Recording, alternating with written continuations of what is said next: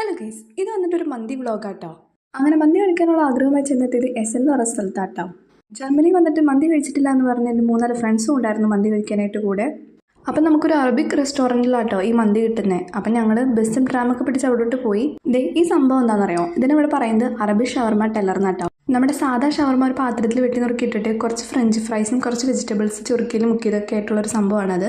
മന്തി വരാനായിട്ട് കുറച്ച് ടൈം എടുക്കുന്നതുകൊണ്ട് ഇവർ ആദ്യം തന്നെ ഇവരുടെ ചട്നിയും അതേപോലെ സാലഡും കൊണ്ടുവന്നു കേട്ടോ. ഇത് മന്തിയുടെ കൂടെയുള്ള കോമ്പിനേഷനാണ്. സാലഡ് വലിയ ടേസ്റ്റ് ഒന്നും ഉണ്ടായില്ല, പക്ഷേ ചവയ്ക്കണ കുറച്ച് ഇരുന്ന് ചവച്ചുകൊണ്ടിരുന്നു. അങ്ങനെ ഫൈനലി ഞങ്ങളുടെ മന്തി വന്നു. 4 പേരാട്ടോ മന്തി ഓർഡർ ചെയ്തത്. ബാക്കി 2 പേര് ഷവർമയാണ് ഓർഡർ ചെയ്തിട്ടുണ്ടായിരുന്നത്.